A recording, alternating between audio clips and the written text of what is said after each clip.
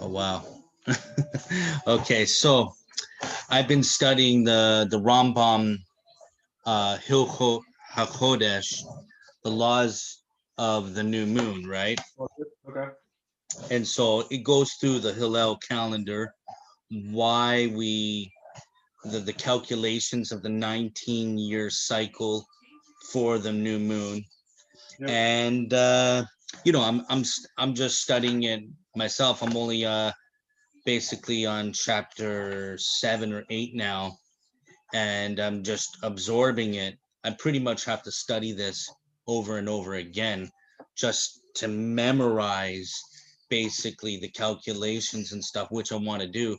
And because I've had a conversation with someone that's telling me, oh, we have to observe the Enoch calendar. The Enoch calendar is the real calendar. Now, first of all, of course, I'm going to say, okay, well, nonsense, because we're supposed to listen to the Sanhedrin. Right. We're supposed to listen to the judges. They're the only ones that can intercalculate it, and it can only be calculated from Israel. That's right. Yeah, learning through the Mishnah Torah, I've learned so much about the sanctification of the moon. And just like Shlomo said, it's the Sanhedrin that actually sanctifies the moon. It says that there's supposed to be witnesses according to Torah, Right. but those are just witnesses. They don't sanctify the new moon. And learn that the Sanhedrin would actually hold a big feast to encourage those that witness the new moon to want to come and testify that they've seen the new moon. And there can be more than two witnesses. There could be 10, 20 witnesses. Right. And And they would all count as one witness. right. And so I never really knew that until I started studying the Mishnah Torah. And it's amazing the details. Plus, I learned that even when the witness witnesses the moon, that's not actually when the moon actually first appears. It's just to the visible eye, but many hours have gone by already since it actually appears.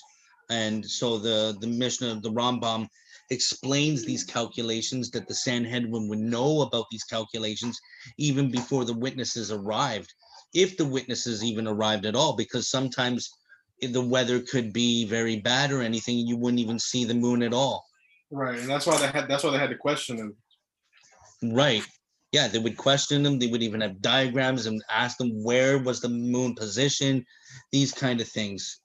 And so, anyways, this there's people out there that begin to try to say that the Hillel calendar is it's all like bad or whatever. The rabbis are making up pagan laws and these kind of things, and then they'll go to the book of Jubilees to explain their reason why that we're supposed to follow the Enoch calendar, basically.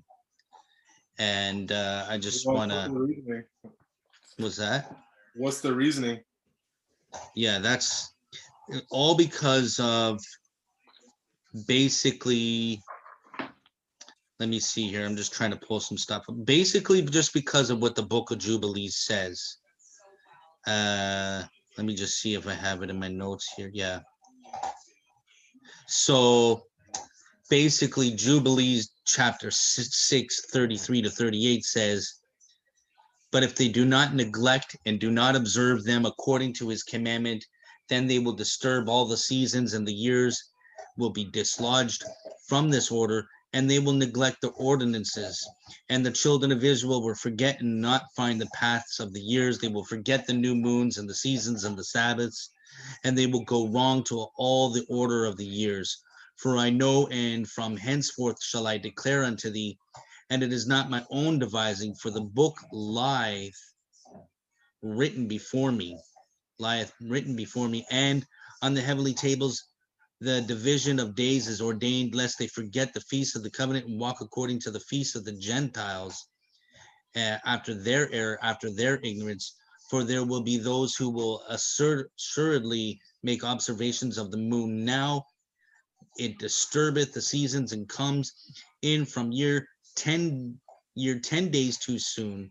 For this reason, the years will come up upon them. They will disturb the order and make abominable the day of the testimony, an unclean day, a feast day. They will confound all the days, the holy will with the unclean, and the unclean day with the holy. For they will go wrong as to the months and the Sabbaths of the feasts and jubilees. For this reason I command and testify to thee, that thou may testify to them.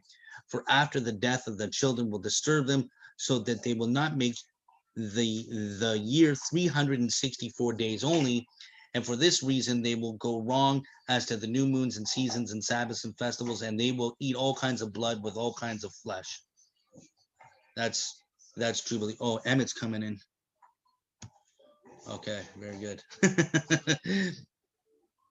Let's get Emmett's opinion on this as well. So I just want to say the book of Jubilees is not even canon. Right. First of all, it's not canonized. Emmett, welcome. I'm glad you can join. Hello. So we were just I was just mentioning about the Hillel calendar. I'm studying it in the Mishnah Torah, and I was explaining how the Sanhedrin is the one that actually sanctifies the new moon. And then I was explaining how I'm in a debate with someone about he's saying we're supposed to go to the Enoch calendar, and I just quoted a section from the Jubilee chapter, the book of Jubilees, and it even says in the book of Jubilees that they will go astray because they're not doing the 364 days. But right away, we know from even Mishnah Torah that the year isn't even exactly 364 days. First of all, it's actually precise with calculations to 365. They say it's 10 days short, but really, according to the hours, the minutes, and the seconds, it's really 11 days or in between kind of thing. And so this is his argument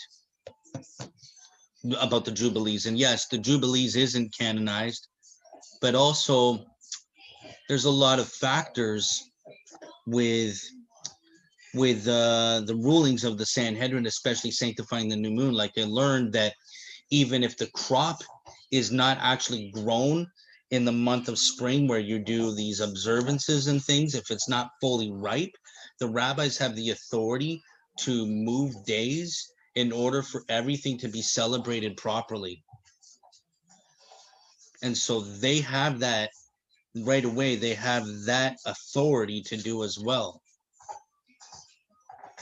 And so this is his argument. Right, because and if I can, because that's where this is what I was trying. This was something about the calendar that some people don't understand, which is a Torah principle that actually comes into play here, with that authority that you just mentioned, that they can actually move days like this, and it's because that the Torah is on earth and not in Shemayim. So everything goes by the words of the Sanhedrin.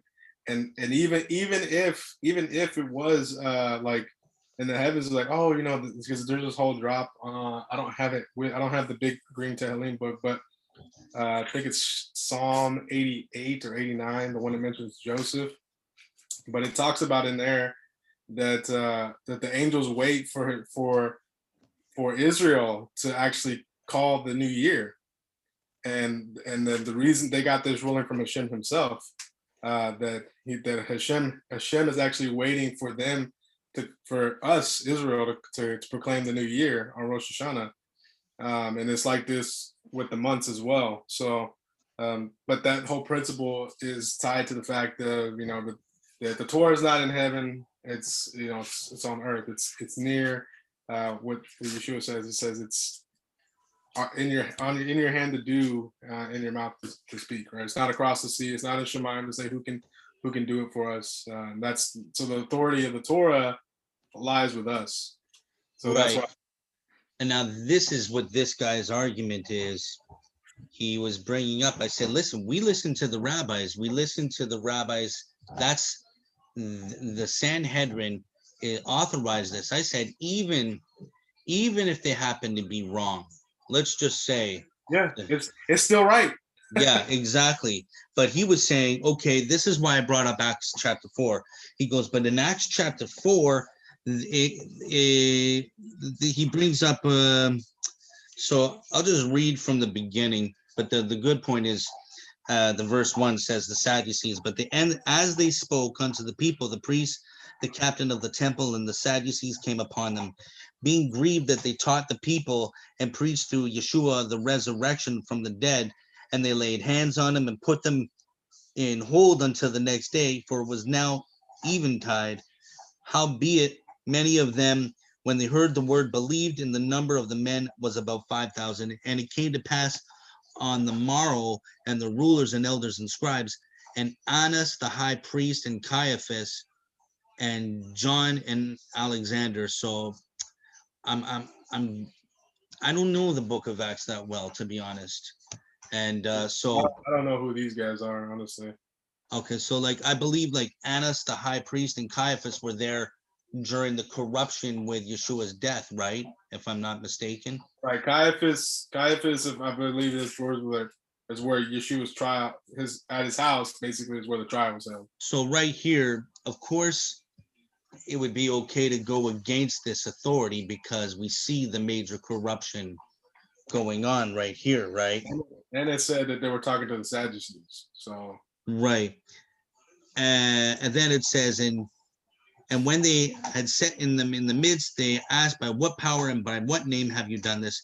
Then Peter, filled with the Ruach, said unto them, you rulers of the people and elders of Israel. So this guy's point was, you see, they were judges, because I quoted Devarim 17:11, that we are to go by what the rabbis say, whether they say right is left and left is right, we still obey them. And then it says, if has doesn't say elders of Israel, it just says they can eat. yeah, I'm actually just reading from the King James here, and that's what I also know, that what do we really know what this version really says? I don't know. And it says, then if this day we be examined of the good deed done to the impotent man, by what means he is made whole, by it known unto you all the people of Israel, the name of Yeshua HaMashiach of Nazareth, whom you crucified, whom God raised from the dead, even by him does this man stand here before whole. And so then he goes on, I think, to a little bit later, and he says that you are the judges, or something here. Let's see here. Oh, now verse 13. Now, when we saw the boldness of Peter and John, they perceived they were unlearned and ignorant men. They marveled and took knowledge of them, how they been with Yeshua. Oh, wait.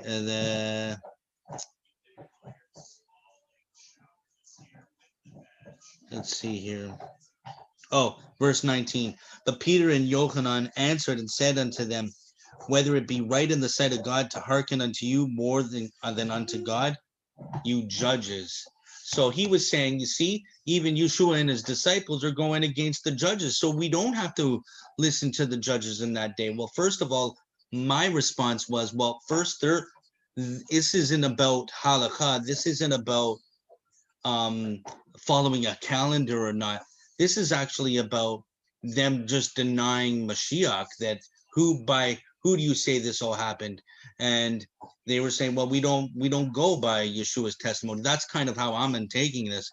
I'm saying, well, listen, they're just against Yeshua. It doesn't mean, if we don't listen to the judges, that means I have to throw out all my books. That means it could be talking about to fill in seats, everything. So if I don't listen to them on any on if we think it's about the calendar, then why listen to them on any matter? Right. And so that's the way I took it. And yeah, I was just observing it. And yeah, the beginning is the Sadducees. And this is what I wanted to talk about too, Acts 15, because I believe it's debate din for sure, because it says that Paul and who was it, Barnabas or James, went up, I think, went up, Acts 15, they went up to Jerusalem, which is a command also in Devarim 17, right? So they go up to dispute the matter, and it says in Devarim 17 verse 8, if there's a dispute among you, right. And then, yeah, Acts 15, verse 2, where therefore Paul and Barnabas had no small dissension and disputation with them. They determined that Paul and Barnabas and certain other of them would go up to Jerusalem unto the apostles and elders. So actually, even if you look into the concordance under elders, it'll give you all these church fathers and meanings that I don't agree with. But when you get to the very bottom of it, I think the word is even in Greek Presbyterian or something like that. But at the very bottom, it says the Sanhedrin, which I believe and I've always believed they went up to the Sanhedrin. So there's different views about the Sanhedrin. Was this a brand new Sanhedrin? I know there was Pharisees there that did believe because it tells us in verse 5, but there rose up a certain of the sect of Pharisees which believed. So now we see that there is a Sanhedrin that is actually which believed in Yeshua.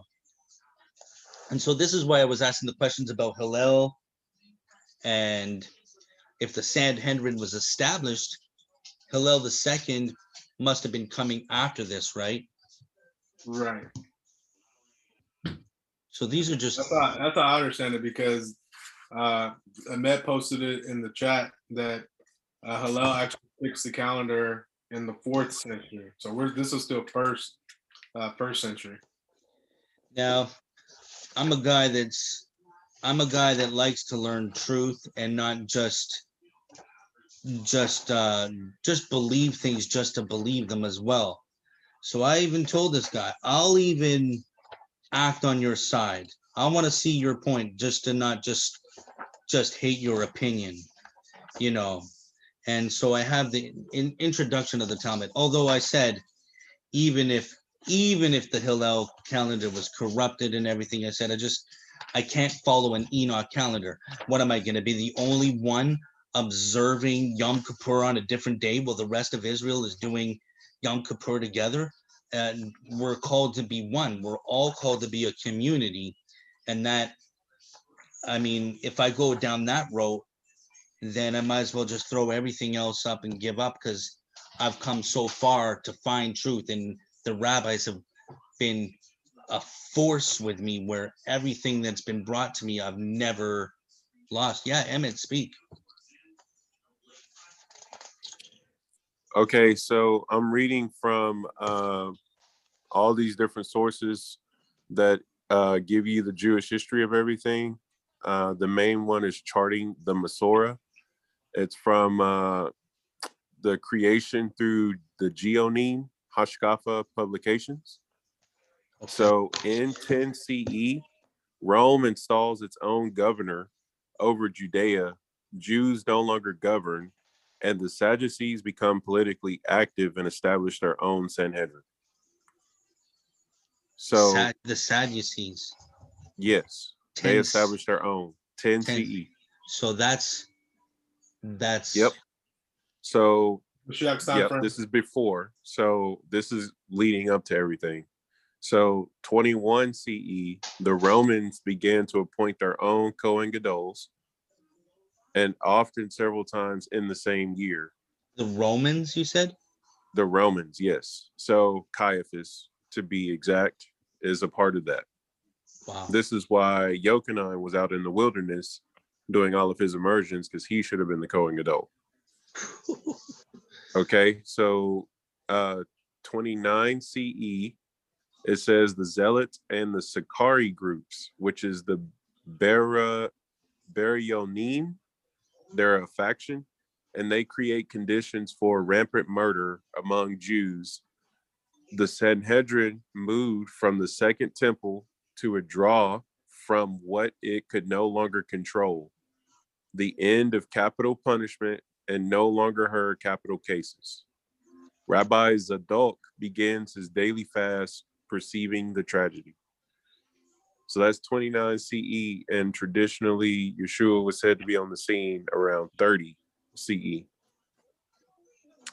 So whatever Sanhedrin has been in place since then, they're operating under the false auspices of that role because number one, they're not in the chamber of hewn stone. They don't have proper authority because the actual Sanhedrin left.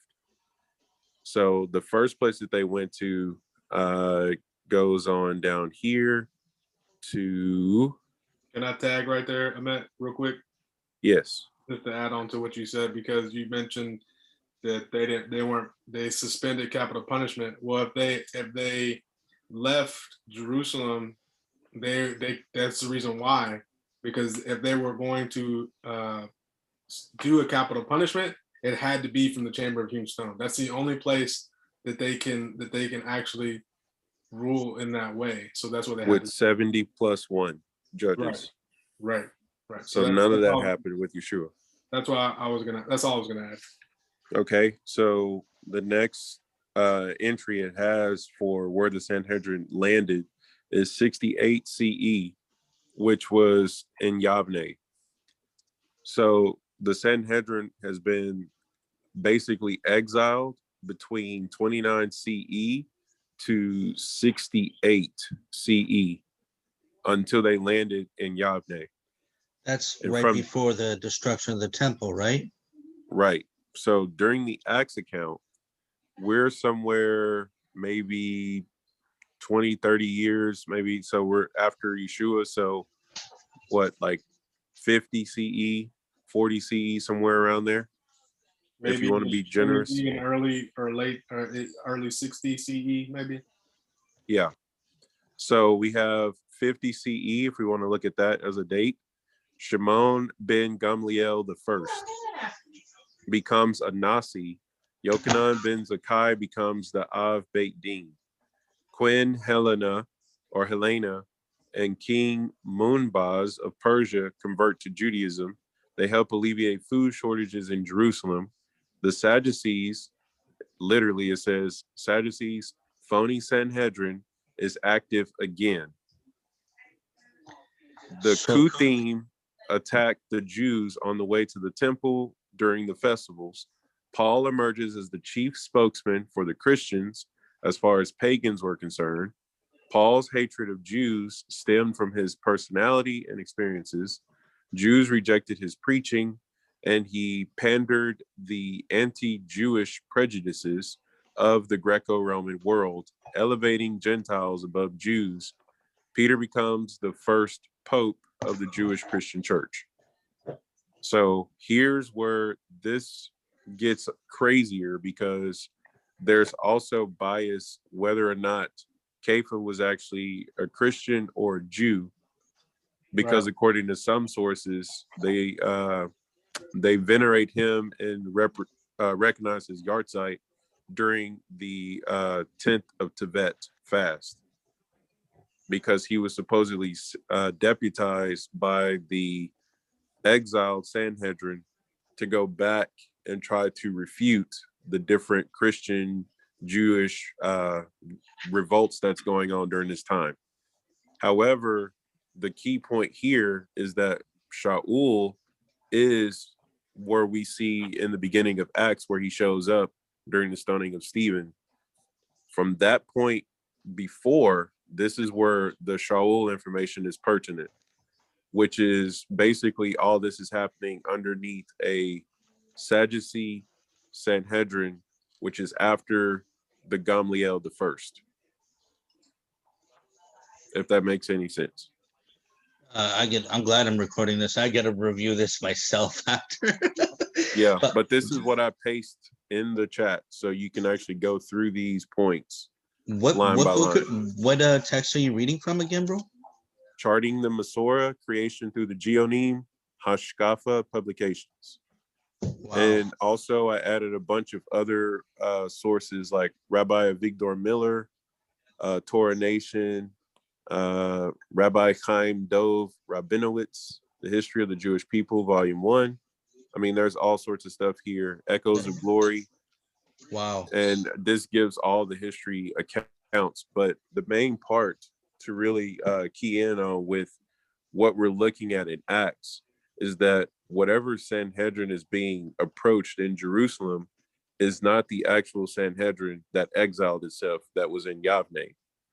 So we have like this dual governing body going on. Crazy. I've heard that there was a dispute in the Talmud about there was one period of time where I think it was the Sadducees were trying to do a Pesach on a certain day, and the Pharisees were trying to do a Pesach a different day, and this could have possibly been that time that Yeshua was crucified. That's why you have a dispute in the Gospels about was it Passover or wasn't it not. There was a dispute in the Talmud. I forget where, but if I'll try to find the source. But there is this discussion.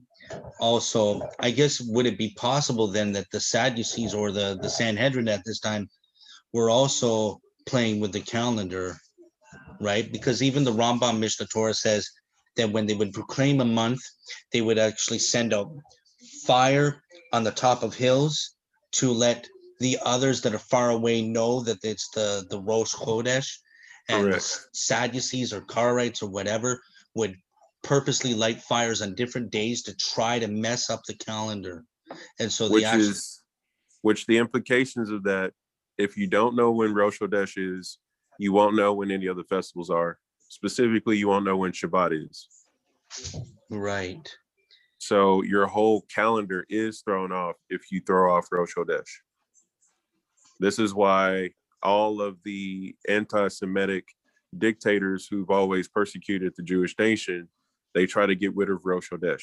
Yeah, they always try to get rid of the calendar. So I want to be like also like on the opposite side. Oh yes, Shira.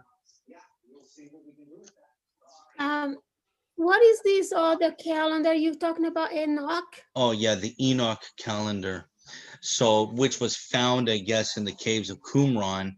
I also have information on that as well. There's so much here that I want to talk to. If you guys can't stay on too long, I'll even want to do a part 2 to this. But it's anyway, I wanted to play the other side role too, just because I'm about truth. And I told the guy, I'll give you the benefit of the doubt. I won't just say we listen to the rabbis, even though I totally listen to the rabbis, but I just want to see, is it a possibility of anything? And, I read about Hillel from the introduction of the Talmud, Hillel II, and it says Hillel was a 13th generation direct descendant of Hillel the Elder. So 13 generation, right? I don't know if it actually gives me the time frame, but then it says You're looking for Hillel II? Yeah, it says his Okay, I father. got you. Oh, you got it? Okay. Yeah, it'll take me a second to go through this. Cool. And so it says his father was Ar Yehuda Nasiah the third, the grandfather of Ar Yehuda Nasiah the second, the grandson of the first Ar Yehuda Nasiah, who was the grandson of Rebbe, right? And he lived in Eretz Israel toward the end of the Amoraic era, around the time of Abai and Rava in Babel. The Amoraic period in Eretz Israel came to an end in this time. Remaining generations of Amoraim were in Babel. Now, this is what I thought could be controversial. It says, according to some sources, he was friendly with the Roman Emperor Julian, the apostate. When I read that, I didn't like that. He took kindly to his Jewish subjects during his brief reign.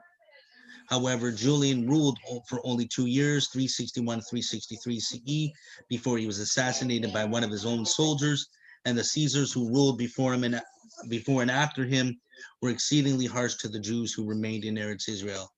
So I just said maybe there's possibly maybe some kind of corruption, although in the Talmud we see certain Zaddiks that were friends with Romans, and these Roman emperors were actually learning Torah, learning Judaism. So I don't know what to think of that, but it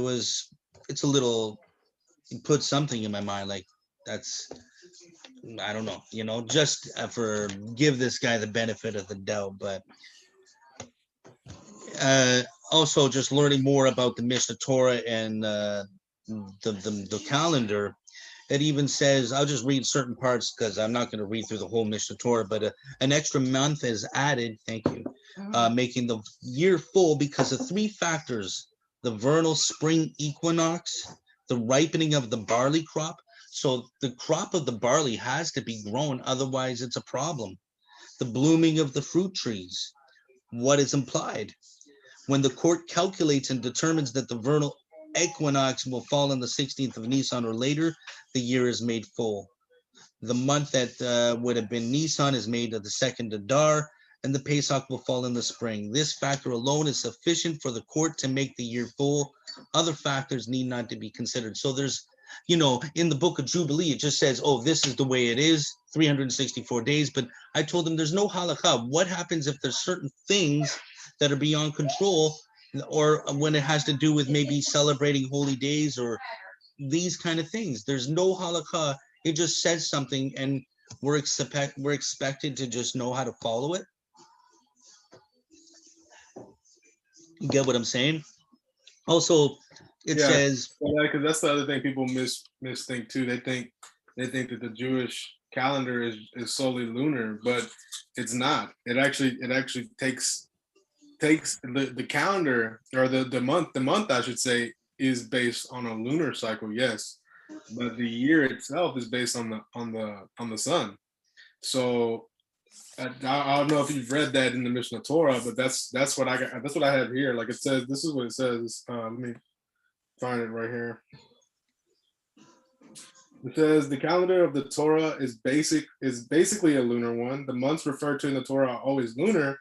The Torah wants us to be aware of the waxing and waning of the moon, which mirror the ups and downs of Israel's spiritual life. On the other hand, the Torah insists that its festivals shall be attuned also to the rhythms of the solar year. And so Pesach must always fall in the spring and Sukkot in the fall, since the solar year is almost 11 days longer than the 12 lunar months. Some adjustments must be made to keep the two calendars in step. right.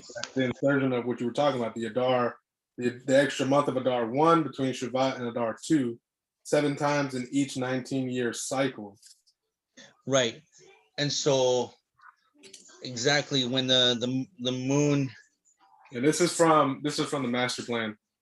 Oh, nice.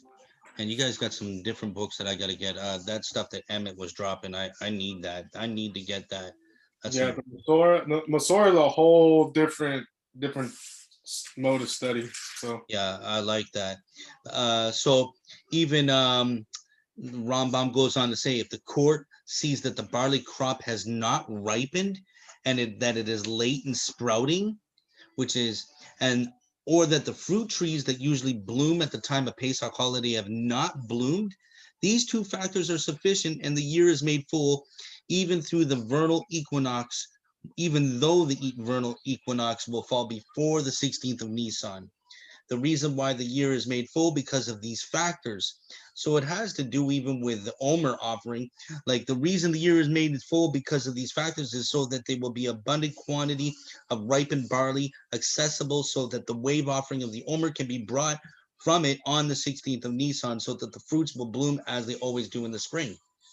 So what happens if you can't even do the Omer, the barley offering, and so the rabbis have the authority to move things around, right? It says there are 3 territories that are of consequence regarding the ripening of the barley: Judea, Transjordan, and the Galilee. If the barley ripened in 2 of these lands, but not in the third, the year is not made full. If, however, the barley ripened in one of these lands, but not in the other 2, the year is made full and the fruit trees have not bloomed. So I never even knew this kind of stuff until I started studying Mishnah Torah. It wasn't even on my mind. So there's other factors by just saying, oh, we just observe these days and that's the way it is. Right? And I also have some other information that may be against this, just to play both sides. But I don't know if does it have the calculations in that one, in the Mishnah Torah? Yeah, it does. So also it talks about the month month that's not full. So I'm still studying this. I'm still got to memorize this stuff, and but basically, there's 29 days and like certain hours that make that can be a Yeah, month. 29. That's why I'm trying. That's the hard part because basically it's 29.53 and 06 days. However you calculate that. 29 full days. So okay, so according to the calculation, the interval between one conjunction of the moon and the sun and the subsequent conjunction according to their mean movement is 29 full days, 12 hours of the 30th day, and 793 units of the 13th hour. So basically, you can't have a Rosh Kodesh when the moon is in the middle of the day. That's the problem. And that's why it's going to either be 29 days or 30 days. 30 days is a full month. And so to even this out, they would put 6 months of 29 days, I believe, and 6 months of 30 days to make the year equal out, right? Right, because that's what they say is the 30 is to take care of the fact that the lunar month is slightly longer than 29 and a half days. Yeah, it says an ordinary lunar year, which is 12 of these months, which include 354 days, 8 hours, and 876 units. A leap year, which would be 13 of these months. So it all depends on the time when the year comes and all of these hours and minutes of each month keep totaling up. It would eventually make, when you put all these hours and time together, that's how you would get your leap year, right? And if you have 30 days in a month, that equals 2 Rosh Hodeshes back to back. Right. That's why some months have 2 Rosh Hodeshes. Yeah. A solar year is 365 days and 6 hours. So the Enoch calendar says 364 days. And I think it even contradicts itself. And there's 3 books of Enoch. And I think one says 364 and another says 365. Also, people don't understand that Enoch and the book of Jubilee is actually more midrashim. It's midrashic. And Okay, so 360 CE on Hillel, the fixing the calendar. 360 CE. 360 CE. Yeah, you got 360 to 363. The permanent Jewish calendar is established, and Hillel's calendar did the 19-year cycles containing the 7 leap years and all of that. So he made sure all that was in the calendar. And the Sanhedrin officially was disbanded even in their exiles in 363 CE. Yeah, So that's no right. more Sanhedrin after that. So there was a Sanhedrin all the way up to that time. Right, but they were not in Jerusalem. They were in Yavne. They moved to Galilee. They moved to Zippori is a name of one of the places. They moved to Shefram. I mean, they moved all over the place, I think this but it was also basically further and further away from Jerusalem. Wow. if I don't know if this mentions this in there, Matt, but is Yeah, this because of persecution. is this where the Talmud this would have been, or I guess let me ask this question: is this the same time frame they would have written the Talmud Yerushalmi, like not the Babli, but the Talmud Yerushalmi? Stand by. I think that's in here. Okay. That's a good question. Guys, Shalom. What we're discussing on? The Jewish calendar, Sanhedrin, and Acts, I think. Okay. yeah, yeah, all together. We're gonna go back to this guy's I got just put on tefillin the on. Baruch Hashem. it's this one. So what we're discussing basically on the calendar, in terms of Well, I'm disputing where people will say we're supposed to follow the Enoch calendar. The Hillel calendar is all wrong. And I'm going back and forth to Acts because they'll try to say, well, Jesus is the new Sanhedrin, basically. So we don't listen to the rabbis, or in this department, of course, we listen to the rabbis. Like I even explained that only the Torah even says that only the elders can sanctify the new moon. It says you should sanctify it, but it's the Right. elders that sanctify it. And they have actually, the Rambam even talks about how it wasn't just even one or two elders. They had a meeting of, like, I think 7 people, or these things. Okay, Emmett's got his hand up. Yeah, I was just gonna say Right. Talmud Jerusalemi was completed in 352 CE. So since the Sanhedrin got exiled and landed in Yavne right before the destruction of the temple, then that would be the beginning of the compilation of the Jerusalemi Talmud. So basically, shortly after that, then after Hillel, right? Right. So they began working on it, and then right before the disbanding of the Sanhedrin in 360 to 363, it was 352 CE that the Yerushalmi was completed. So, and Hillel doing this calendar was very long, like a long way after Yeshua, no? Yep, we're talking a couple hundred years. We're Wow. talking about the same time frame as the Council of Nicaea as well. Like, Yes. I think it's about I the think same time. Oh wow. I think there is also a machloket between many rabbis. I think then there was Rabbi Eliezer. He wanted to say that this is not the correct a new moon day something, right? What And source? eventually, That's The the what Baba source? Baba Metzia 59A. I got that. Yes, that's the one he's talking about. and I'm then gonna go grab that. yeah, What did and you looks say, like JJ? What did you say? so He's so getting they ready to drop the source. I don't know the source basically, but I know that there was a discussion among the many rabbis, and I think it was Rabbi Eliezer. He was sure that today is not the new moon day. So I mean I forgot the Moedin, and then he was correct. But since all the people together, they decided this is the day, so then that's why we choose. This is the day we celebrate, irrespective we see the when we see the new moon, the light. So we are not concerned about when we see the new moon, like some of the Muslims, when they keep the Ramadan, if they don't see the moon, the light, they say, no, this is not the day. They wait for the day. But that's not with the Jewish people, the nation, right?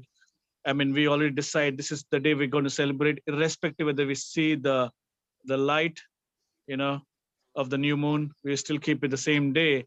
And if you look at like we celebrate 2 days outside the exile, right? That is because earlier days, some of the people staying outside Jerusalem, they didn't know when to keep it, so that's the reason we follow it. So even That's now, right. if you look at, we still know the dates, but we still keep it outside. Doesn't mean that we are exile. I mean, like for Shavuot, you can count 50 days from Pesach to this. So anyone who missed the Pesach, they would know, okay, Shavuot is this day. So you don't need to keep technically 2 days. But since we kept the tradition, we don't move out of the tradition. Yeah. It even says, even if a person knows that the court erred, he's obligated to rely on them.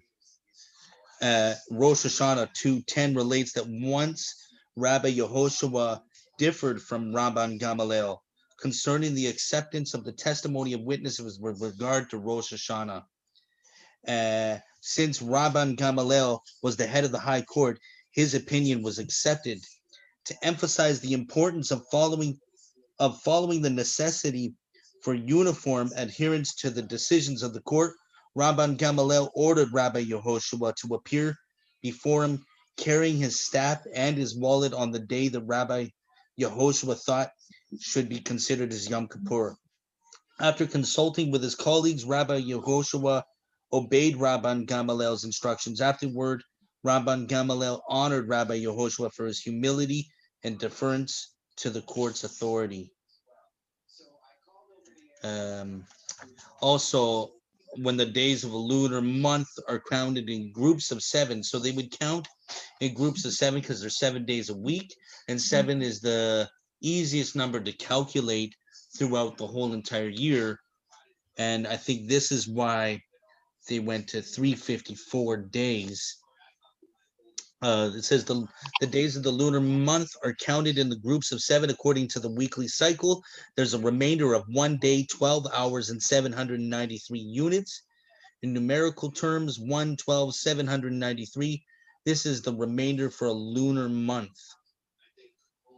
Yeah, it goes on with more calculations and stuff, but because 4 weeks in a month are 28 days, so it's the easiest calculation, right? Right. And then the next day is the 29th point, whatever it is, like, Right. So I also have another controversial article. I haven't really read it fully, but it's by James Scott Trim, who I think is a pretty good scholar. And he has a whole bunch of different sources on different calendars. If you guys don't mind me reading it and just get your thoughts on it. But I'll read it in pieces. So he has an article called "When is the Biblical Year Extended by a Month?" And Can we just tab the source real quick on the dispute of the new moon that you talked about for Rosh Hashanah? Oh yeah, Just to make sure we got that documented. yeah. It's so Jubilee chapter 6, verse 33 and 38. The book of Jubilee. Okay, and then you got the Talmud tractate. Talmud tractate. the one you were just reading. Oh, my bad. Where was I reading that? 1 second here.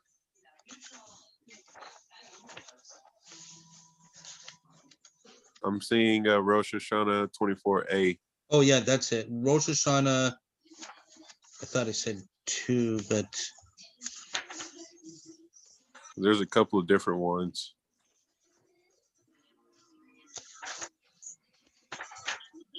sorry, I didn't realize I didn't say the source. Oh, and the 25a talks about Rabbi Yehoshua challenging Gamliel. Yeah, that's it.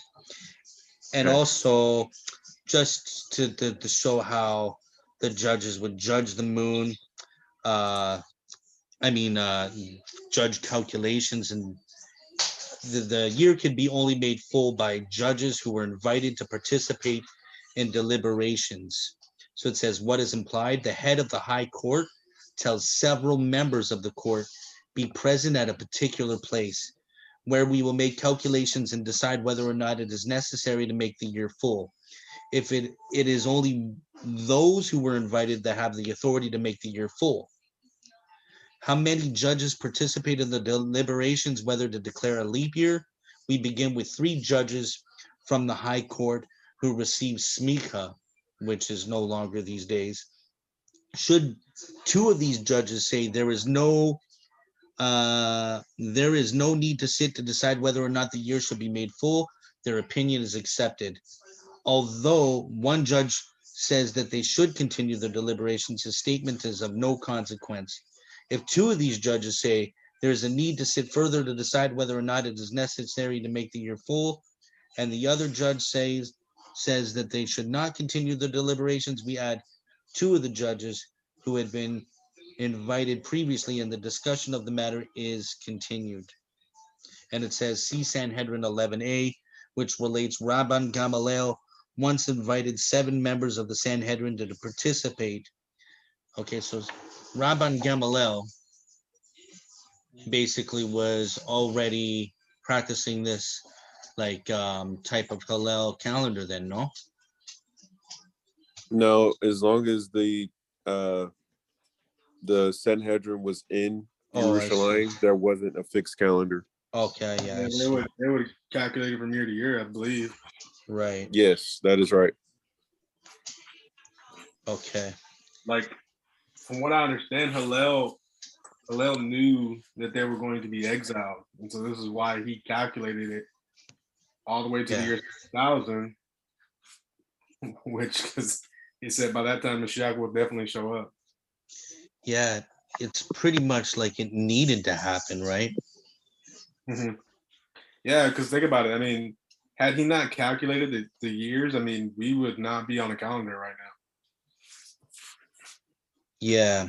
And so this guy, some of these guys are getting this source from Jubilee, just the book of Jubilee, that just Yeah. says we're supposed to count 364 days. Right. And then I said to him, well, what about, it's not even precise. What about the hours and the minutes and the seconds? How do you determine that? He says, oh, every 4 years is a leap year automatically. That's it. That's the Gregorian calendar. No. That's not how you're talking about the Jubilee calendar, the Enoch calendar. How it works is your dates are actually fixed. So, Yeah, he said something like every Rosh Hashanah, I think, is on every Friday or something. yes. So your dates are always fixed. So like Yom Kippur and this will never fall on Saturday, on Shabbat and Sunday, right? So it's fixed in such a way that every year it just keeps repeating the same time. So it does not move.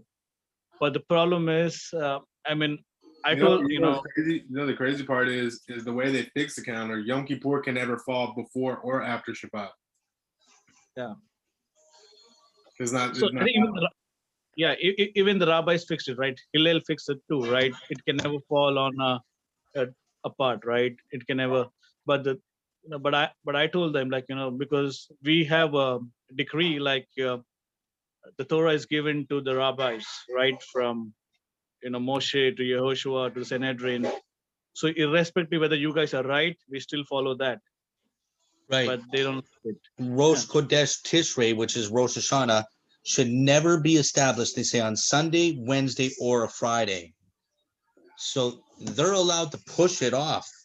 They're even allowed to push it off.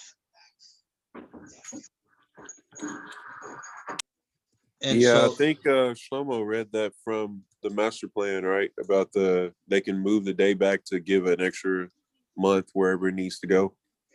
yeah. And so let's just say, even if it was wrong, the calendar, we still have to obey them at the end of the day. So I want to discuss this article here. I'm not even sure if James Trim is for this or against it, but I just know I like his stuff. I think he's a scholarly guy and could be controversial, but he's got Talmudic sources, rabbinic sources, all of these things. So first, I'm just going to read this one part. It says, up until the year 358, the Hebrew calendar was regulated by astronomical observations. So yeah, we already determined that Hillel was shortly after this, right? Witnesses would give their testimony of their observations to the Sanhedrin, which would, based on this testimony, declare the beginning of the month and determine the additional month of Adar the second was to be added. But in the year 358, the Christian Roman Empire outlawed the Sanhedrin, ordering it disbanded. The Nazarene Sanhedrin was also banned at this time. So this is something I'm not really familiar. Some people say that there was followers of Yeshua had their own Sanhedrin. Some say it was Acts 15. Some say there was two Sanhedrins going on. I don't know much about that. If anybody I wants was to. gonna say there could have been, it could have been just a bait bean. I mean, you have the great court, which is the great Sanhedrin, but you could also have there are other courts aside. Oh, right. I don't know if they're calling it the Sanhedrin in that way to say that they That's were what. making their You're own correct. Sanhedrin, or if You're it was, correct. I think it You have probably a was in the court maybe. Yeah, we do see you're next. correct. So you say the lower court, the high court, and the Supreme Court. So they have the same way. How did we get the lower court, the high Oh court? yeah, and there Supreme was. It starts with like 3 members, then the 23 seat of the 23, all the way to 71. Right.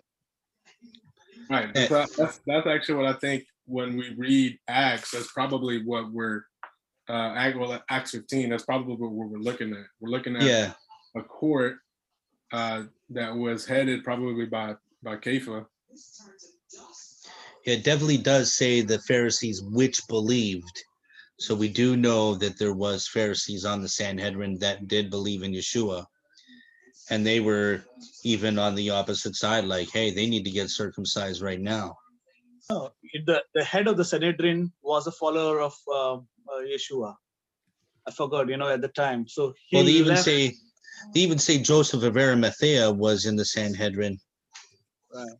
and that he was possibly a Sadducee.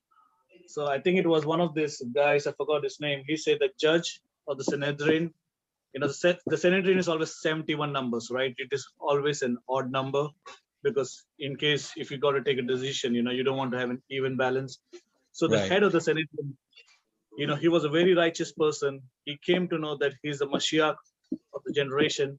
And then he moved out, he started following him. So I think his name is also there, but I think his name is given in the book of Acts, and even in the Talmud it speaks about him. I heard this from one of these rabbis. I forgot his name in Jerusalem. He made a good point. Okay. So yeah, just going on a bit, just want to finish this piece. But in the year 358, the Christian Roman Empire outlawed the Sanhedrin. The Nazarene Sanhedrin was also banned, it says. The last act of the rabbinic Sanhedrin was to establish, and he says, the so-called Hillel II calendar, discussed later in this article, which could continue indefinitely without observations.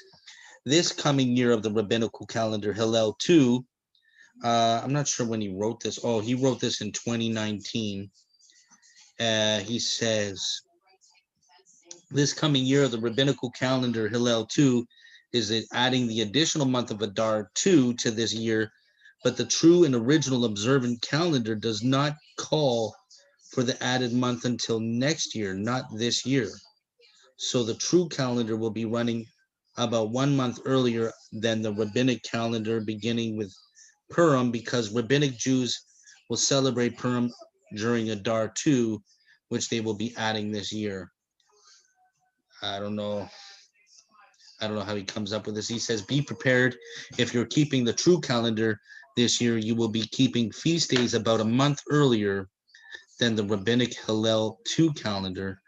And then we will be adding a Adar 2, which will put us back in sync. And so he says here, a solar calendar is 365.2425 days, and a lunar year, 12 months, is 354.37 days. As a result, the lunar year will fall behind the solar year by 10.8725 days each year. As you can imagine, without some system of correction, the Hebrew lunar calendar would fall behind by more than a month over a period of 3 years. And a short time, the seasons will totally fall out of place. The spring months will too be taking place in winter, and there will be much controversy in the movement about how to resolve this problem. I don't know if you guys got anything to say on all that. All I have to say is if we just take a look at the past, I don't know, 6 or 7 years, if you want to really look at that, when have all the blood moons happened? True. Look at every significant event that's happened on each feast day according to the rabbinic calendar. Absolutely. I don't think right. any questions are left to really say this is inaccurate. That is actually an amazing point, because I've been keeping track of every blood moon, and they have been happening right on our feast days. I'm kind of crazy like that. I've been watching them, even though the church goes a little overboard with that stuff. But I've been watching. But it's perfect because that's a testament to this calendar. It is on time. Even if you look at the change of the seasons, like this year when it was Pesach, like all the cold stopped and it began to be spring, literally, as Pesach said it. You can look at things like that. Yeah, you're right. I never even thought about that, but you're absolutely right. I always said that's not a coincidence. I've been watching the blood moons for years, and they've been landing dead on, like Pesach and these holy days.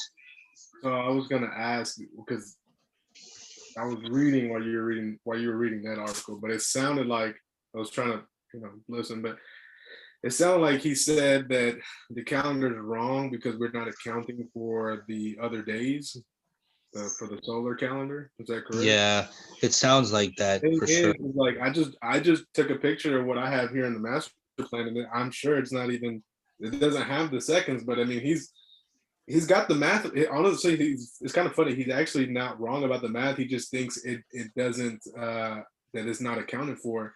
Even in the master plan that I have here, like if you look at this picture, like it talks it. I dropped it in the chat, but it drops like it has all the calculations to how we get the calendar. What's the master plan all about? What is that book all about?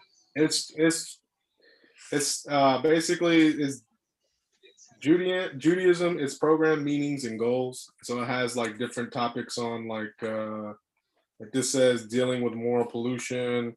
This Okay, says like Matzah Mor Haggadah, and then there's a awesome. whole chapter in here about the calendar. You guys have I Josephus on this stuff at all, or Yes, have I have this, Josephus. but I don't have. does I he don't know what we're even looking at. does he mention the Hillel calendar or anything? Do you know, or Let me check. The other thing I was going to mention too is Horeb by Rav Samson Hirsch. This one. Yes, that book Wow. goes into the intercalculation of the calendar. It's not just the solar and the lunar; it's also the stars and the different constellations, how they go about doing things. Oh, So if you wow. look in there, paragraph 256 says the course of the moon and of the sun are both taken into consideration in the Jewish calendar. The former gives us the months, the latter gives us the year, because our festivals by their character are linked up respectively with the seasons. So then you jump down to the next paragraph, says the months vary in calculation of the number of days. One month has 29, another one has 30. And so the complete day, which is lost every 2 months, and it goes into that, right? So that whole section is basically saying where you will take the everything that's going on in the constellations as You're well right. as the solar and the lunar. You're right. Rambam, he also says something about the constellations, especially why is Rosh Hashanah not established on the day of conjunction when it falls on Sunday, Wednesday, and Friday? I was reading somewhere. Where is it?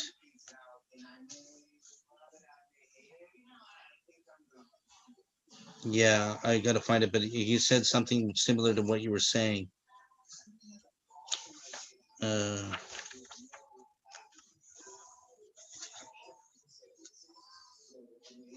yeah. Uh, oh,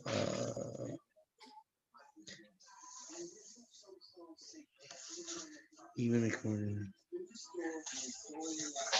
Rosh Hashanah to the movement of these bodies in the celestial sphere. Oh yeah, so he says like it's got to do with in defense of Rambam's position. It must be noted that both earlier Rabbeinu Hananel, he says Talmudic commentaries understand for the calendar's adjustment, while the inner meaning is associated with the actual position of the sun and the moon in the heavenly sphere. Even according to the perspective, there is, however, that difficulty with Rambam's statements. Although it is correct that the true positions of the sun and the moon often differ from the position determined by calculating their mean movement, the concept of postponing the celebration of Rosh Hashanah on these 3 days appears arbitrary. I don't know if I'm saying that word right, and without any obvious connection to the movement of these bodies in the celestial sphere. The commentaries note that the explanations of why Rosh Hashanah is not celebrated on these days are found in the Kabbalah. I don't know, just reading things here.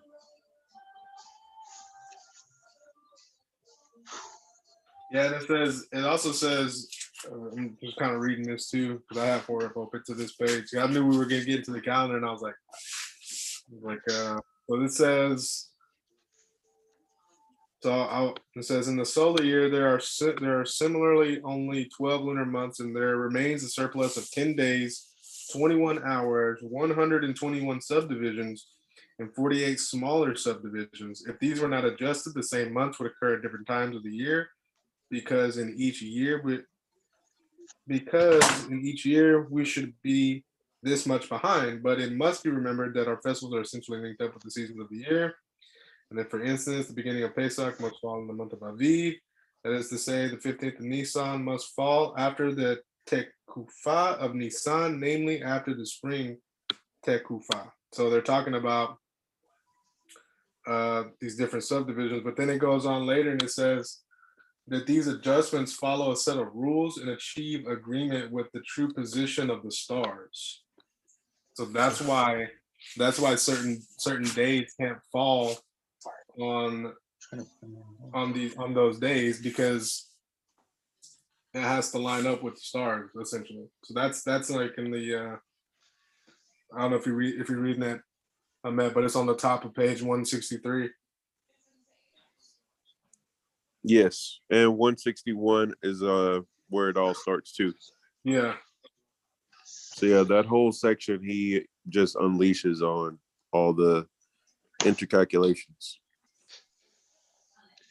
Right. Yeah. So, I mean, I got to study this and study this and study this just to, there's so much out there. I even watched an Asher Meza video on refuting the what is it called? The other calendar, the Enoch calendar. It was pretty good. He made really good points. I just want to go a little bit more. There's the Cartwright system. The Cartwrights determine, this is still from James Trim's article. I just would like to see what you guys think of all this. The Cartwrights determine the beginning of their month of Aviv by looking for green ears of the barley. When they find the barley, then they declare that the next new moon of the month of Aviv.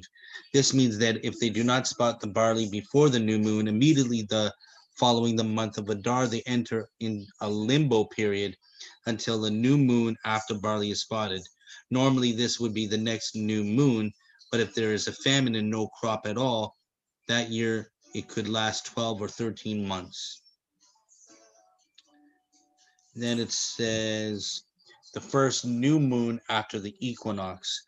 Some have argued, based on the calendrical evidence found among the Elephantine papyri, that the first new moon of the first spring equinox is also the beginning of the new year, the first of Nisan, and that Adar 2 is added to the year whenever the calculations show that the first of Nisan would otherwise occur before the spring equinox.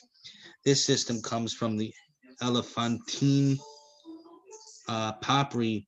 However, these papyri are from an apostate community in Elephantine, Egypt. I don't know if I'm saying those words right, but this apostate group had their own temple in Egypt, which functioned alongside that of the local ram-headed deity Khnum.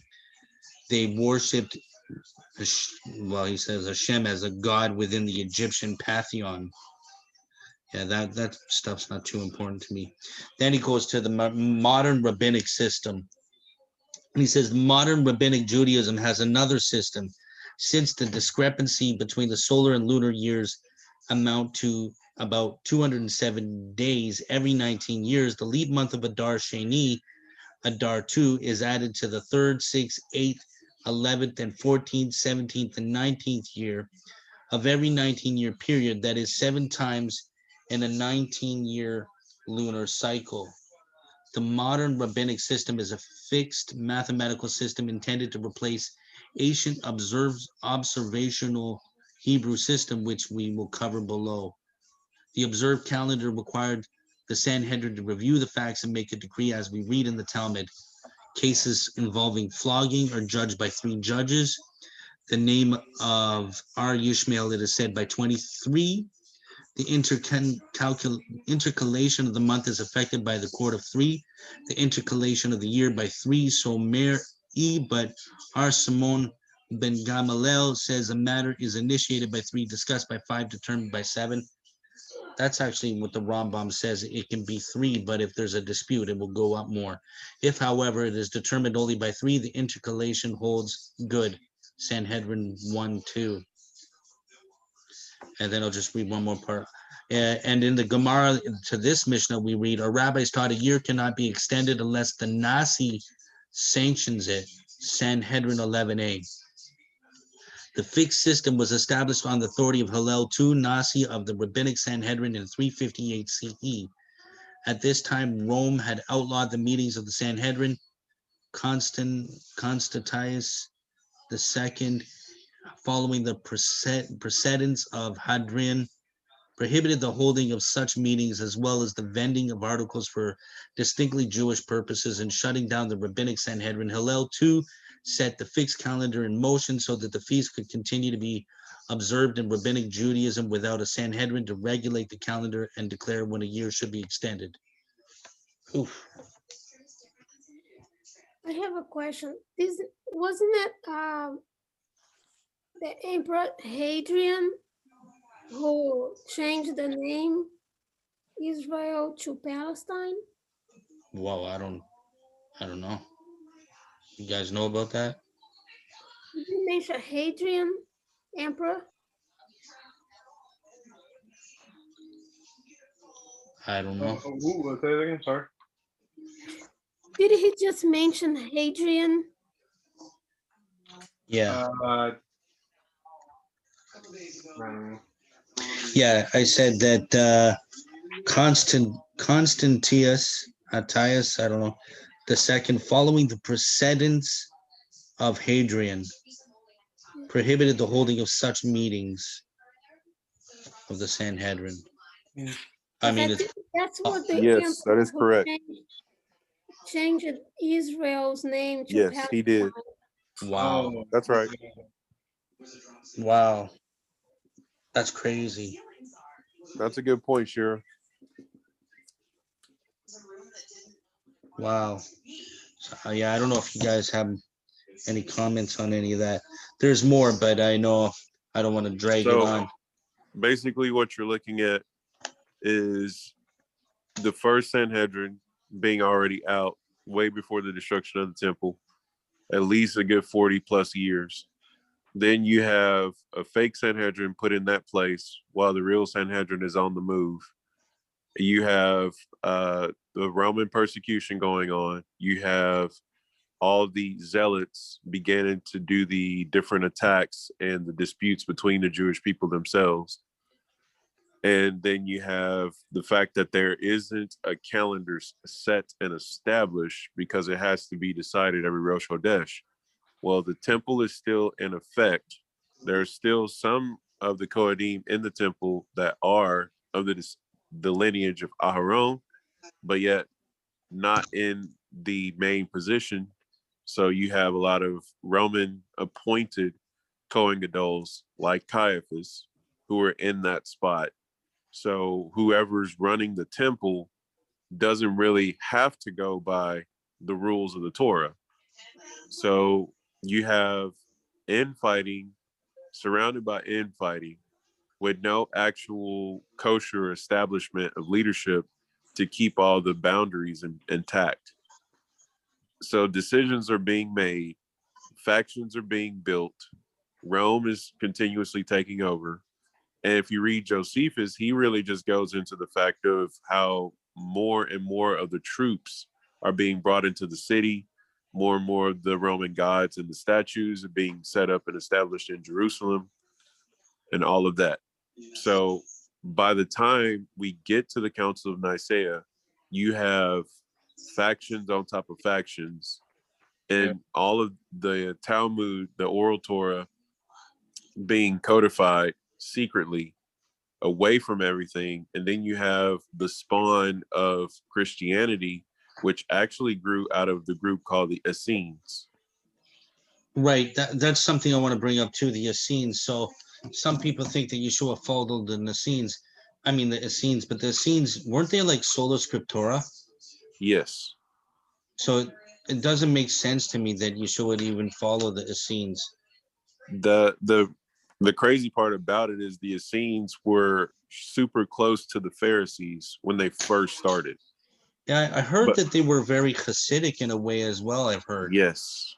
So this would have been super stringent, you know, things like that.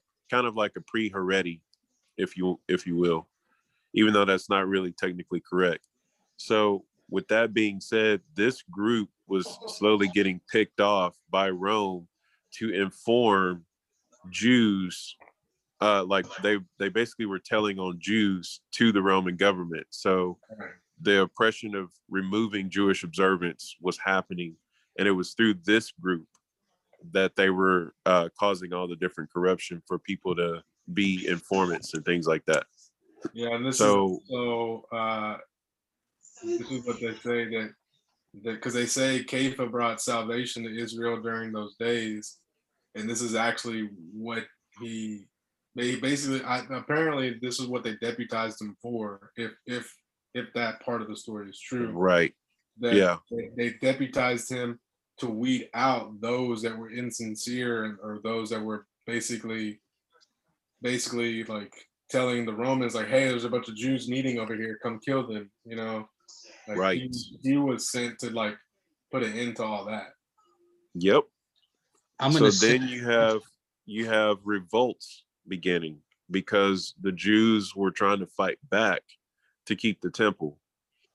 So you have the whole understanding that when the temple was destroyed, there was still something of the foundations left to rebuild.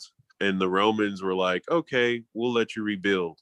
This was around 127, right Yeah, before Bar Kokhba. So Oh, right wow. before the Bar Kokhba incident, we had a chance to rebuild the temple. But what ended up happening is there was a sect that went to the Romans and said, tell them to move the temple like over here a little bit. So change the boundaries of where the temple is supposed to be built. So the temple is built off of its base by like a couple of inches or a couple of feet.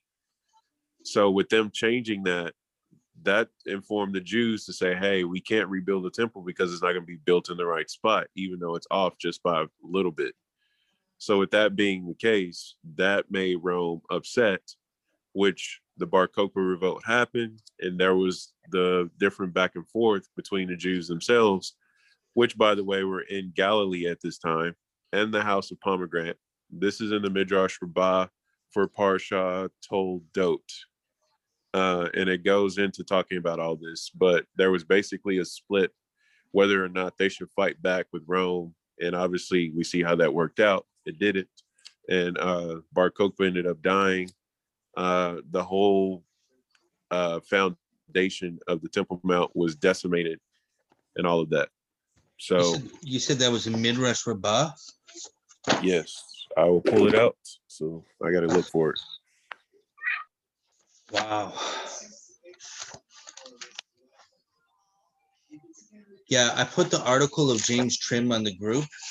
Maybe if you guys have time, because it's a big article, but just look through it. I'd like to see your guys' thoughts and stuff on it.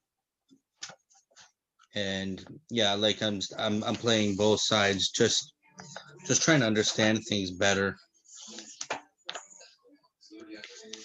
I figure it would take me another 2 hours to go through it, so I just posted it on the group. But Okay, Midrash Rabbah Bereshit 64:10, 64:10. I'm page almost 20. So 20 will be in the right hand corner. yeah. 20. About the tax. What is it? Nope.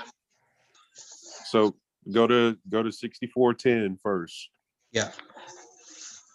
And then if you look in the left-hand column on page 20, at the very bottom, it says Jews react to the Roman change of heart.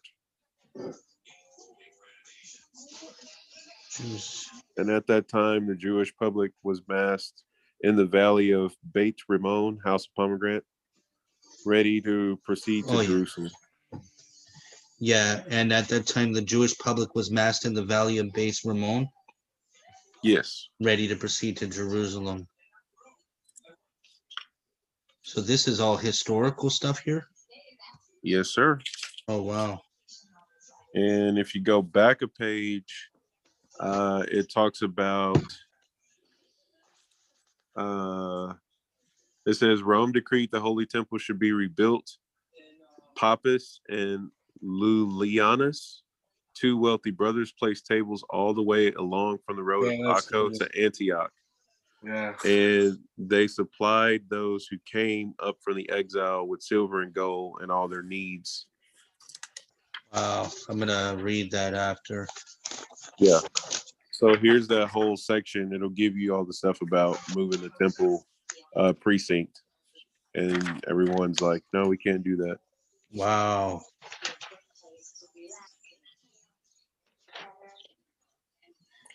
Wow. But anyway, you think about the fallout of all of the corruption, and then they're not in the Sanhedrin being concealed, parts of the court, being able to meet, because again, you still have the 70+1 is broken down into the 23s and the 13s and the 5 and the 3 and all that. Your minor courts, basically. You have all of that going on. Obviously, there's going to be discrepancies galore. And the fact that we only have one version of the New Testament being used as a popular version.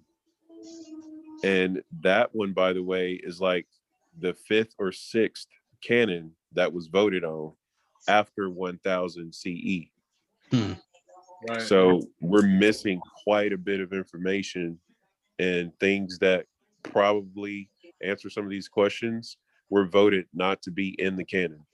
Right, because the whole thing was to make it less Jewish. Right. And you see blatant errors in some of the letters, in particular Corinthians, like the whole thing about praying with your head covered. Even in Acts, you see Stephen. He says he does two. When Stephen is doing his recounting in Acts, he says two things that are wrong. I've always pointed this out because I always tell people that the Brit Hadashah is not on a level like the Divine Torah, right? That's right. And it's not a jab at it. It doesn't mean I don't think it's true. I just know that it's been tampered with.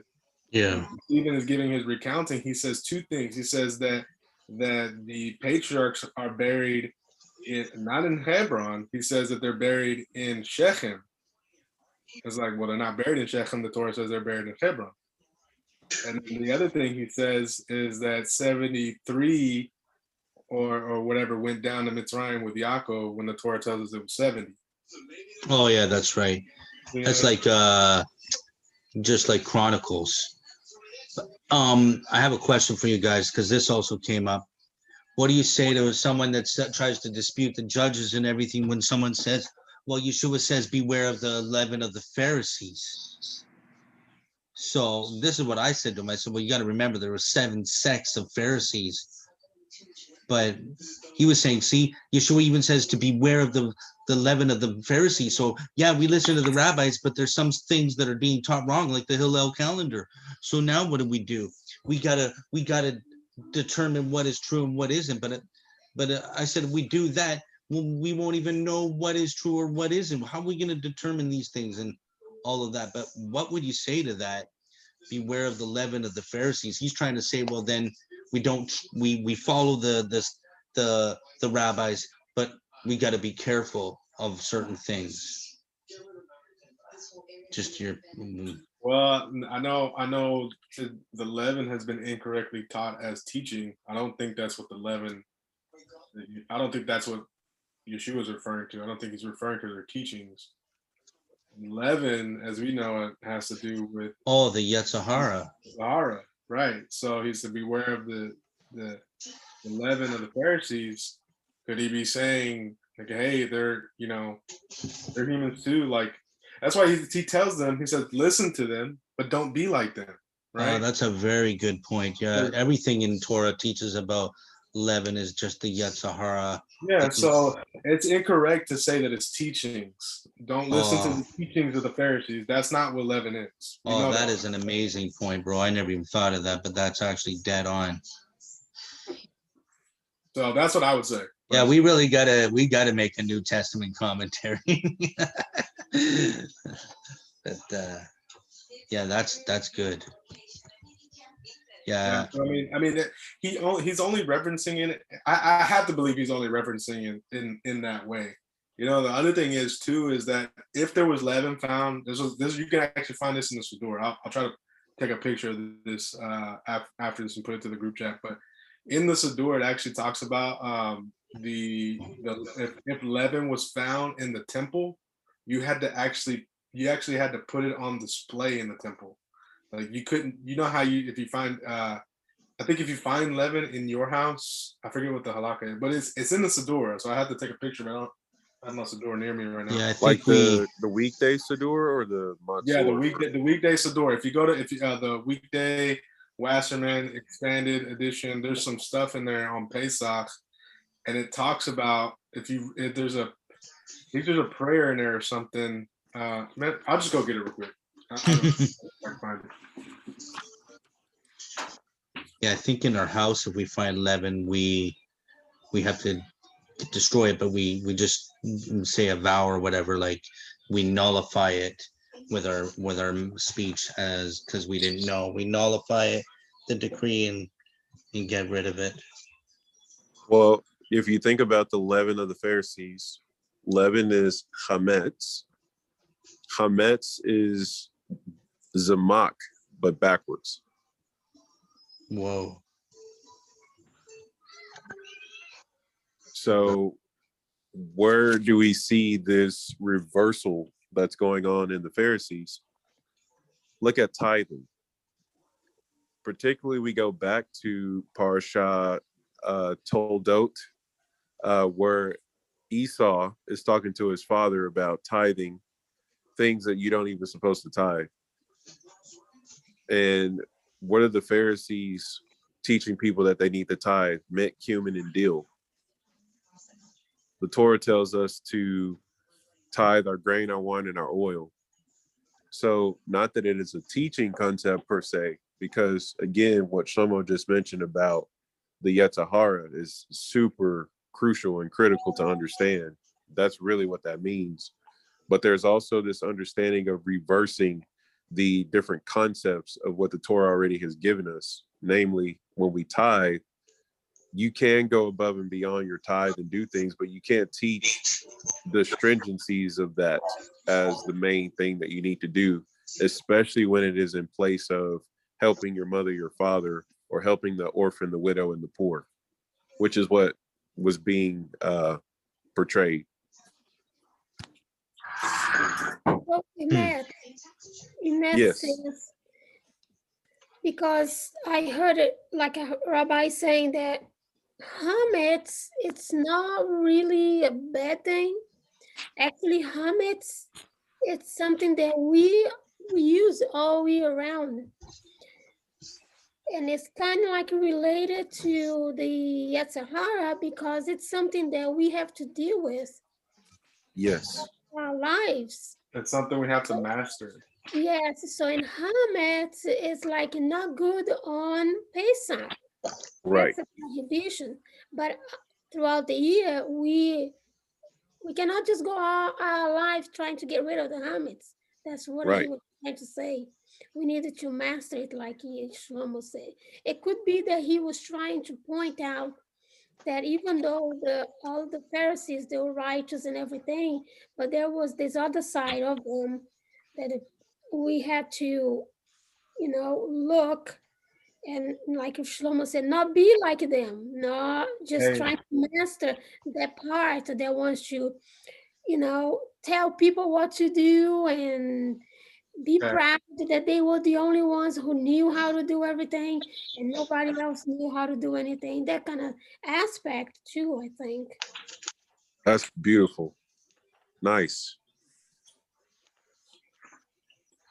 Because the whole teaching of the chametz about Pesach versus the rest of the year, it's through eating the matzah, which is the unleavened bread, for 7 days, going back into eating chametz throughout the counting of the Omer, going up to Shavuot to now present chametz in the Bet HaMikdash in the courtyard. And Shavuot it's not sin anymore, right? That's Because right. we don't do a sin offering on Shavuot. Yeah, we That's right. transform it.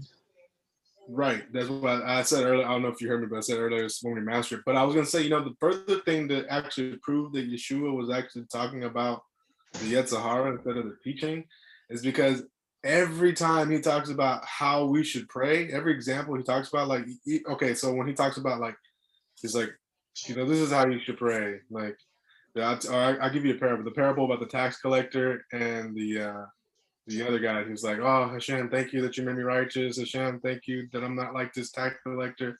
And the tax collector's over there beating his chest. And he's like, Hashem, forgive me because I'm a sinner. Haviti, Pushati. It's like, this is how you should pray. And don't pray like this other guy. Like, that's not how you should pray. So he was giving an example that what was going on during this time. Like, they would shame one person for being one way, but this guy's actually focused on teshuva, where the other guy thinks he doesn't have to make teshuva. Yeah, I just realized when you said chametz is samic backwards, I didn't even realize that. But yeah, I always knew that the gematria was 138. But that's crazy that it actually spells it backwards. That's crazy. Yeah, because chametz can be bad, but samech is like another name for Mashiach, pretty much. Which is like Yetzirah, Yetzer Tov, or Nachash and Mashiach. Yes, there you go, because it's the branch. Right. Which, remember, there's the branch of the tree of life, and then there's the branch of the tree of knowledge of good and evil. Amazing. Amazing. But to the point that Shlomo's looking up, and to our Shavuot drop that we just mentioned, the chametz is presented in the courtyard. It's not brought into the interior of the temple, basically. Right. So there was a significance to that point, but it was interesting that the overcoming of the Yetzirah and transforming it, doing it to the will of Hashem, is the main point, which, if you think about the leaven of the Pharisees, is meant to be to bring that into the proper bounds of Torah, just like what we've been talking about this whole conversation, of making sure that we line everything back up with the sources. Amazing. One thing about this whole calendar thing, like, yeah, all these guys are going by is via like a text in the book of Jubilees, but there's no halakha behind it. There's nothing there, just a few verses that they're taking from and making a whole thing out of it. But we have so many rabbis, the Sanhedrin, everything behind it all. And like I said, even if it was some kind of corrupt system or corrupt calendar or whatever, we have to listen to this, right? Very true. Yeah.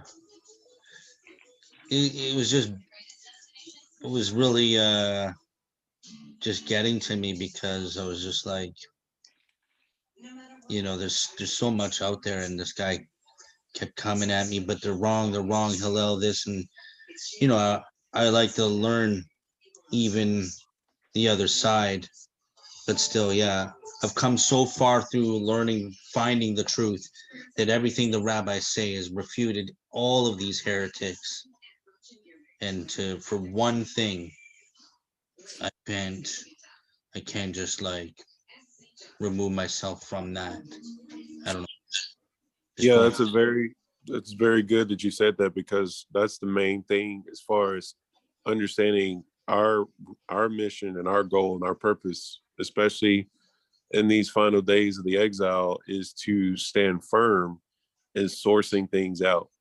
Okay, You know, I found the it. previous community that we used to be a part of for our new community, that's what made us strong. And that's what makes this new community strong, is sourcing things out. Like, you're not going to get an answer overnight.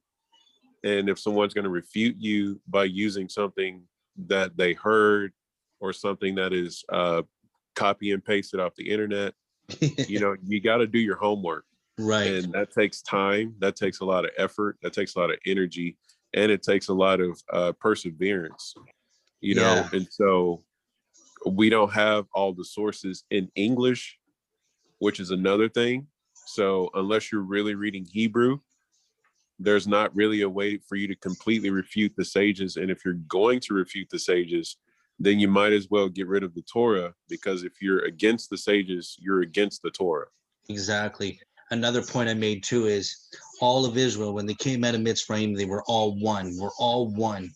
And for me to go off, it's no longer one. And Hashem requires us to be one. In fact, the Torah even says what made the Tower of Babel so strong and why Hashem had to come down is because they were all moving at one, which is still, even if Israel's not at one and the other side is moving as one, Hashem will roll with it, which is scary, you know? Yeah. All right. Yeah, So Shlomo. in the so this is in the if you have the Art Scroll Siddur Wasserman edition, this is on page 919. And this is what it says. So this is for the Yotzer for the Shabbat Hagadol. So this is the liturgy for Shabbat Hagadol. I remember reading this one year, and it made me think of what Yeshua says when he says, you know, stay away from the chametz of the Pharisees, right? Mm-hmm. And this is what it says. It says, one who finds chametz in his home during Pesach should cover it with a vessel so that it will remain unseen. But if the chametz belongs to the sanctuary, it need not be covered. So it need not be covered because people will stay away from it. Oh, nice. Yeah, and so I don't know why when I read that, this was I can't remember when I read this, and I just remembered it right now when we're talking about this, but it made me think about when Yeshua says that. Shlomo, would you repeat the name number of the page, please? Yeah, so the Wasserman, the expanded Art Scroll Siddur Wasserman edition, page 919, for the Yotzer for Shabbat Hagadol. Expanded version? Yeah. I didn't even know there was an expanded version. Oh, that one. Oh yeah, I think I got that. What page? 919. Thank you.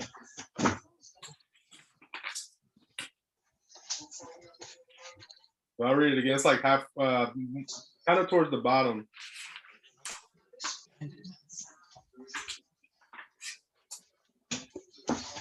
I didn't even know I had that. Yosef. Yeah. What's the gematria of Zamak again? You say 138? I believe so, yeah. Okay, because, you know, if you do the 138, you can make it 318 because you can scramble the numbers. Abraham. Yep. Eliezer. Yeah. Oh, wow. Wow. It's actually, this is what it says in the Hebrew. It says, Motzeh chametz bepesach betoch beito kofe alav keli beli reuto. ואם של הקודש הוא אין צריך לכוסותו לפי, I don't know how to say these last two words, but it's where are you reading from, bro? From the Mem. Mem. That's the Hebrew for one who finds chametz in his home during Pesach should cover it with a vessel so that it will remain unseen. But if the chametz belongs to the sanctuary, it need not be covered because people stay away from it. I just was looking at the Hebrew. The mem. Yeah, it starts page Yeah, 918. Motse comments. Yeah, most Oh, בפסח בתוך ביתו כופה עליו כלי בלי רועסו. Ve'im, but Oh, nice. Yeah. Shel Hekdesh. הוא אין צריך לכסו לפי שבדלין מעושו.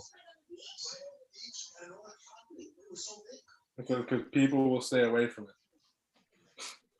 Nice. Oh, wow. I didn't even know they had a Shabbos Haggadah. This is awesome. And I also like to read, but I remember reading it one. I remember it was Shabbat Haggadah. I remember reading it one year. So Very cool.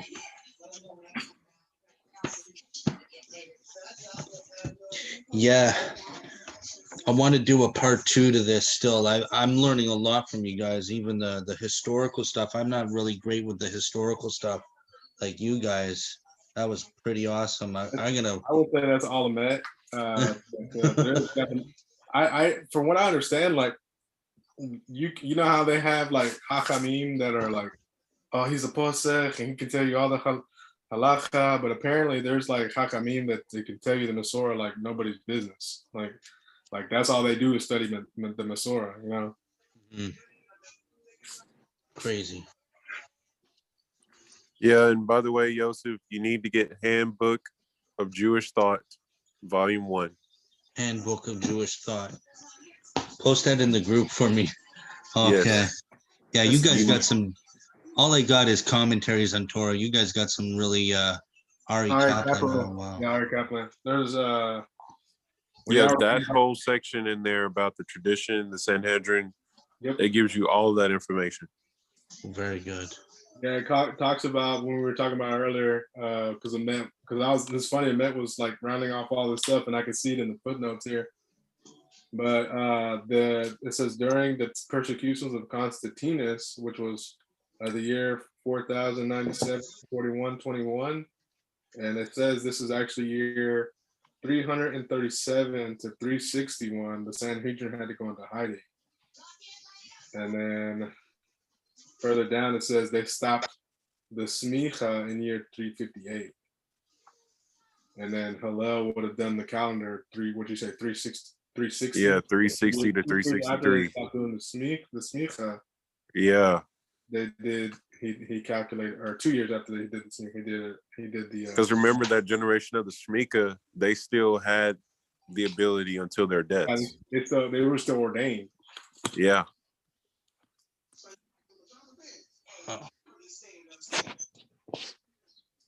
I have a question about the smicha. So the smicha, it got to a point that they stopped, right?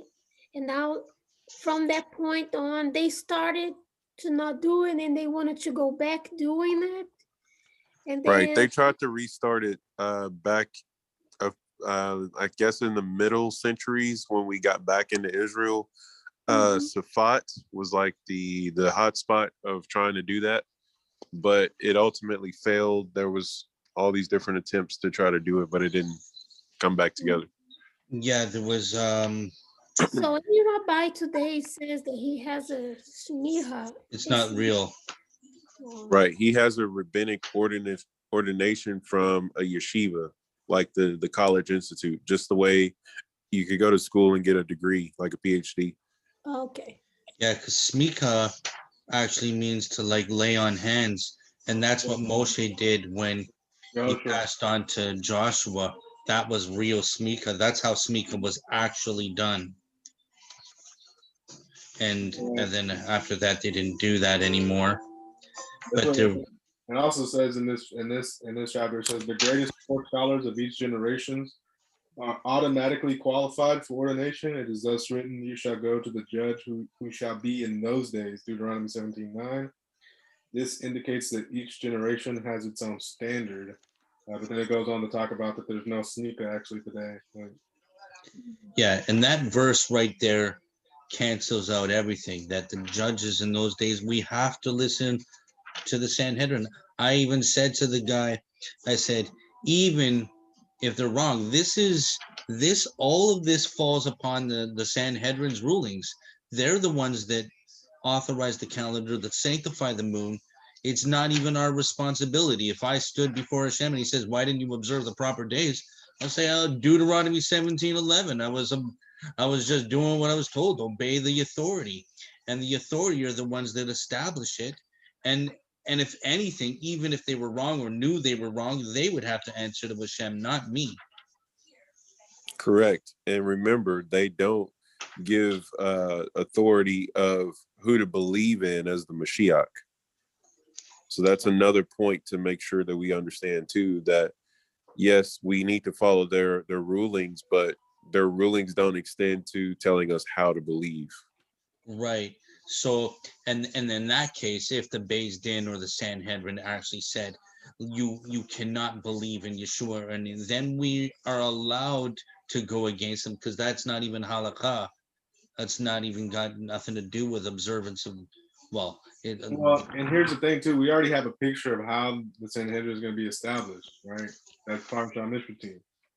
Now, in this way, Moshe picked the judges. Mashiach's going to pick the judges. true. so in this way, we could say, well, but so believes, and even said that Rabbi Akiva was Moshiach. Right. Yeah, I mean, there's not a like, it's not wrong to say somebody is Mashiach. I mean, No, yes. say Nachman is the Mashiach or Shnish We is the could Mashiach. say that Yeshua is Mashiach the same way they say Akiva was Mashiach and all the ones were Mashiach, right? Or Bar Kokhba, or And they also say that even in our current time frame, with everything that's going on politically in Israel, that they could appoint a Mashiach ben Yosef from someone who's alive today. Wow. Wow. Which I have yet to see the brass taxes behind that, but that is a declaration that has been made, and that's pretty crazy to think about. Like, you can designate someone as Mashiach ben Yosef. Wow. Wow. well, it does say this. It says, this is chapter 10 under the Sanhedrin. It says,